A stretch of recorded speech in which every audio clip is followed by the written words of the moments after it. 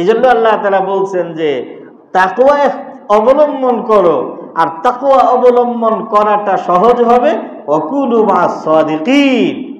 যাদের মধ্যে তাকওয়া আছে, যাদের মধ্যে আল্লাহ ভীরুতা আছে, যারা ভালো মানুষ, তাদের সাথে থাকো। তাদের সাথে তোমার সব ধরনের সম্পর্ক তাদের সাথে হোক। শুধু মসজিদের মধ্যে তাদের সাথে তা না। মসজিদের মধ্যে যেমন এক কাতারে আমরা, বাজারের মধ্যে লেনদেন করলে অপেক্ষাকৃত দিনদার যিনি, তার দোকান থেকে তার সাথে লেনদেন এবং ট্রানজেকশন হওয়া দরকার। ঠিক তদ্রূপ ভাবে যখন আরো চূড়ান্ত কোনো সিদ্ধান্তের প্রশ্ন যখন আসে, তখনও আমার ওই সিদ্ধান্তটা দিনদারির ভিত্তিতে হওয়া উচিত। আমি ইলেকশনের সময় একটা ভোট দিয়ে দিলাম, তাহলে আমার এই ভোটের জন্য, আমার এই মতামতের জন্য কাল কিয়ামতের ময়দানে আমাকে জিজ্ঞাসা করা হবে। এটা একটা আমানত, যে আমি যে কেমন জায়গাতে আমার এই আমানতটাকে প্রয়োগ করেছি। আমার বলার উদ্দেশ্য মানে এই সম্পর্কটা সামগ্রিক। যে কোনো ব্যাপারে আমাদের সম্পর্কের মাপকাঠি হবে দ্বীন এবং ইসলাম। কথা বলেন ঠিক না বেঠিক?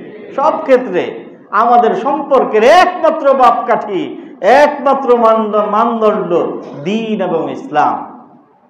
এজন্য আল্লাহ তাআলা বলছেন যে তাকওয়া অবলম্বন করো এবং সত্যবাদীদের সাথে, ভালো মানুষদের সাথে থাকো।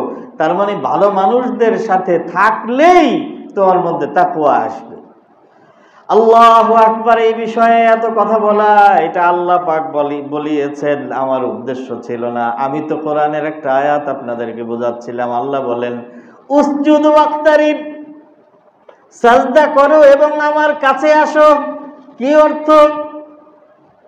আমার কাছে আল্লাহ তাআলার নৈকট্য এবং কাছাকাছি যাওয়ার মাধ্যম হচ্ছে সাজদা করা।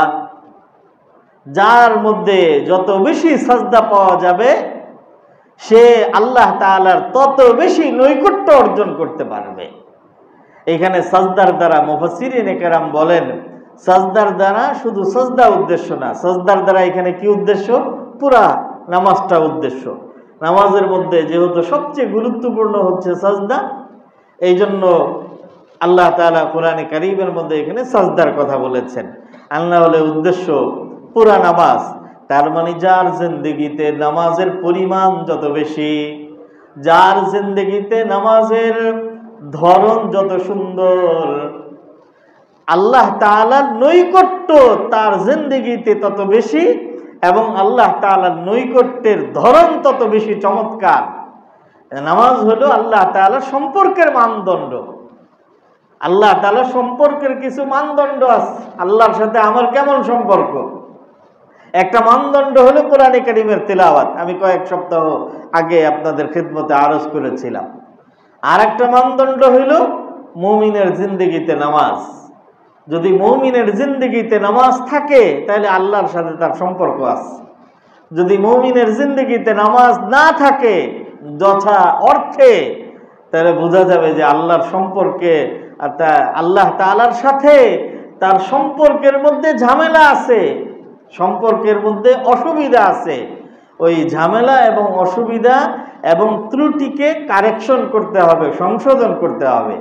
আল্লাহ তাআলা আমাদেরকে তৌফিক দান করুন, বলেন আমিন। আল্লাহু আকবার। মুহতারাম উপস্থিতি, কোরআনে কারীমের এক আয়াতের মধ্যে আল্লাহ তাআলা বলেন, পৃথিবীর সমস্ত সৃষ্টি ওই নামাজ আদায় করে। শুধু মুমিন মুসলমান নয়।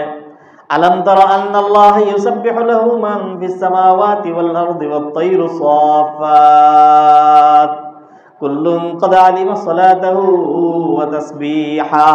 নবীজি, আপনি কি দেখেন না পৃথিবীতে আসমান এবং জমিন এবং এর মধ্যে যা কিছু আছে, পশু পাখি, পত্র পল্লব, গাছপালা, পাহাড় পর্বত, নদী নালা, যা কিছু আছে, আল্লাহ বলেন আলাম তারা আন্নাল্লাহা ইউসাব্বিহু লাহু মান ফিস সামাওয়াতি ওয়াল আরদি ওয়াত তায়রু সাফাত।